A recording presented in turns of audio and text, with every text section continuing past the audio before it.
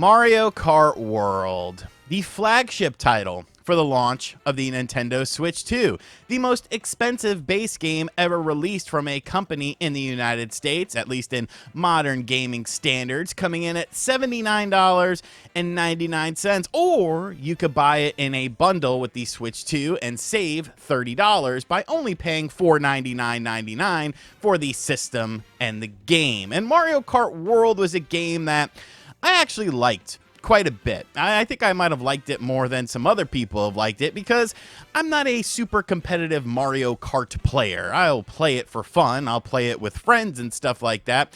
But for me, Mario Kart World, it felt different. And I thought in this case, different was actually kind of cool. I kind of like the knockout tour mode. I think that's one of the most brilliant things that Mario Kart has ever introduced. I kind of like the more open areas that happen when you're on a course. Instead of just doing a standard lap circuit, you're doing kind of going from a circuit to a circuit and doing one lap on that course. Now, it kind of does take away from the competitive aspect of Mario Kart, but for me, I've never really viewed Mario Kart as like a super competitive game. It feels more like a party game to me, and that's how I've always addressed these games. Now, obviously, there were some questions and concerns that were brought up with this game, stemming from various different things. The price point of the game, the perceived lack of features that sometimes may have reared their ugly head, the fact that you could unlock pretty much everything in the game in a relatively quickly manner, and many people were left feeling like, okay, well, there needs to be more to this. I mean, this is an $80 game. We're learning about variable pricing and budgets of Nintendo games and stuff now. So more than likely, sooner rather than later, they're going to start adding into this game. And that's kind of how I viewed Mario Kart World. A table that has been set. And the table is very nice. The food on it is very nice as well. But you have more appetizers. You have more entrees. You have more desserts coming to add to the quality of the experience that you are having. And since the launch of Mario Kart World, Nintendo has, well, they changed some things. People found a way to do 3-lap circuits online, so they got rid of that, but then they changed it back, kind of. But as far as content is concerned, it's definitely been very, very quiet. And a lot of people are wondering, like, well, what's going on with this? And my mentality was, you know, we got this big Nintendo Direct coming up, okay? We have this big Nintendo Direct that's happening in September. It's an hour long, all right? There's going to be Mario Kart stuff here, pal, okay? They're going to talk about, you know, some new stuff that they're adding into the game, potentially new characters. Like, look at how Mario Kart 8 completely evolved over time with things like new characters, new courses, and then Mario Kart 8 Deluxe adding in new types of gameplay modes, and then adding in even more courses over time.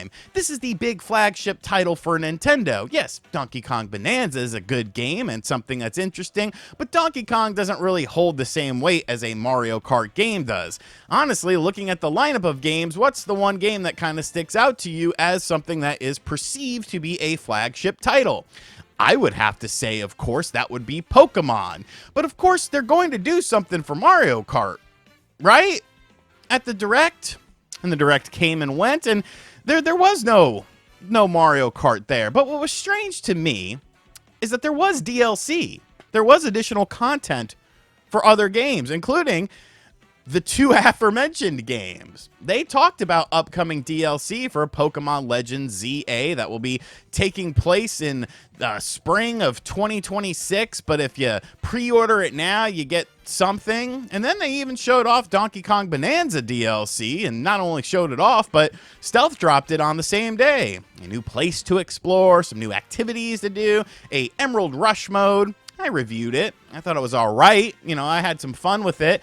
Should it have been $20, or could they have included it in the expansion pack plus that they have with it? Because I don't know why I say the word plus after that. I almost feel like that's a new tier that they're going to do eventually. Should they have done it with the expansion pack, included it in there, and also sold it individually? I think so, but, you know, hindsight is 2020. This is a money-driven industry. So we got 3 games that are probably considered to be the bigger titles, the games that are going to sell the most out of the, you know, first half of the Switch 2's launch lineup going into the holiday season of 2025. And 2 of them we're talking about DLC, and the one game that we should be talking about DLC with, that we should be adding in new stuff to, that we should be constantly evolving, because it does feel like a game that should be constantly evolving. We're not. We haven't. We haven't said a single thing about it. And I find it to be very perplexing to me, because I do think that eventually we are going to get more content for this game. Like, I can't imagine that this is what the end result, the end product is going to be for Mario Kart and Mario Kart World. You know, they like to add additional stuff in there. Look at the legs that something like Mario Kart 8 had. It was absolutely astronomical. Now, I guess some of the reasoning could be because of the fact that, you know, this is a pack-in game as it stands right now. But that pack-in period is now coming to a close. Nintendo themselves have announced that after the fall of 2025, whatever fall means, they will no longer be doing the pack-in bundle of Mario Kart World and the Nintendo Switch 2. Instead, it'll be shifting over towards Pokemon Legends ZA being the pack-in bundle game for the Switch 2 system. So in my mind, if you're kind of getting rid of the, you know, the pack-in bundle for it, obviously you're going to have to sell this game this holiday season. Me personally, I probably would have just done 2 different bundles, kept them coinciding with each other, and then in 2026 you start to look at other alternatives for other bundles, or potentially get rid of the Mario Kart World bundle. It is kind of interesting that they had to charge $80 for the game, but if you buy it in the bundle, it's only $50, but they're not like complaining about that bundle existing. So does the game truly need to be $80 if you're buying the system and buying the game, or could it have just been, you know, $70 or $60? Because I mean, you're not complaining about the game being $50 in the bundle, but variable pricing aside, obviously that's a conversation for another day. But when you're looking at this, I feel like you'll want the hype to be at absolute peak levels during this holiday season. Now, if you don't own a Nintendo Switch 2, if you are wanting one for the holiday season, the Christmas, Kwanzaa, Hanukkah, Bonanza. I didn't want to say Bonanza, but I ended up saying Bonanza anyways. If you want this system during this time frame, I would feel like you would want all people talking about this. You know, obviously the people who don't have a Switch 2 that have not played Mario Kart World, they will be excited to get this game finally and play this game finally.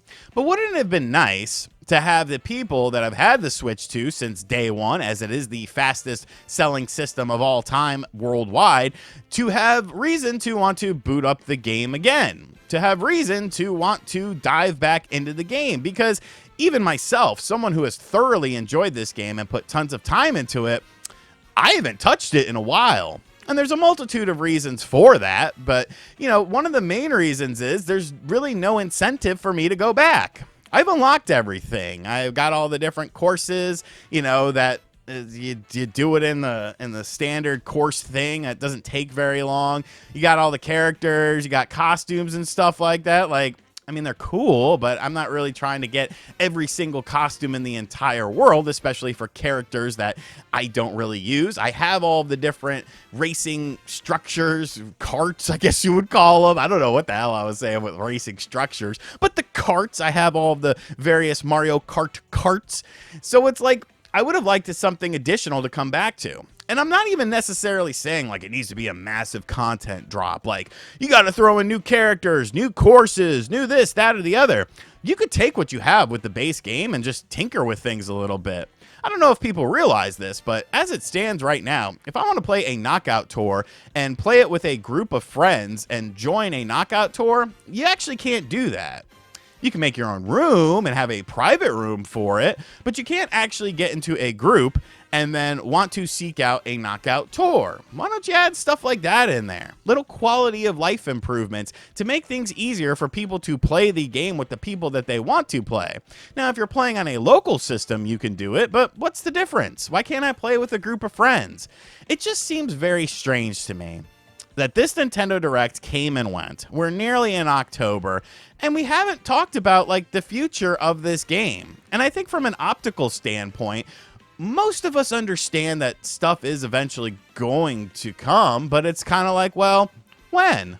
And what will it be? And how will it be priced? Will it be included in something like the expansion pack like you did with Mario Kart 8 Deluxe? Is this going to be additional mandatory paid content? What will the paid content consist of? And I find it very strange that Nintendo hasn't mentioned a single thing about this. They have not mentioned the evolution of this game. And maybe, just maybe, there isn't going to be an evolution of the game. And that to me would be even stranger because obviously, like I said, this is a table that has been set for this game. And it's like, all right, well, it's time to start adding stuff to the table. The table's really enjoyable. But if you've had the system since launch, you're probably sick of sitting at that same table. You've done what you needed to do with the game. You've put in your time. You've had your fun. But if you want people to return to the game, get hyped for it, and then coincide with the holiday season, I think adding in some stuff would have been really good. Now, of course, there's always the chance that they just randomly add it in, you know? A trailer could go up anytime now, and now they're like, hey, there's new content and new stuff for Mario Kart World. It's not like it needs to be in a direct, but I feel like it would have made sense. I don't know. Maybe I'm just looking too deep into this. Let me know what you think, though, in the comments section down below. Do you find it strange that Mario Kart World seems to have kind of been pushed to the backside and the back burner for the Nintendo Switch 2, whereas Donkey Kong Bonanza got DLC before this game did, and that's a single-player game? I don't know. It's just weird to me. It's just kind of weird to me. And as always, guys, thank you for checking out this video. If you are new to the channel, hit that subscribe button. Be sure to like, comment, and share. Hit the bell as well. And as always, I'll catch you guys on the next video. Later.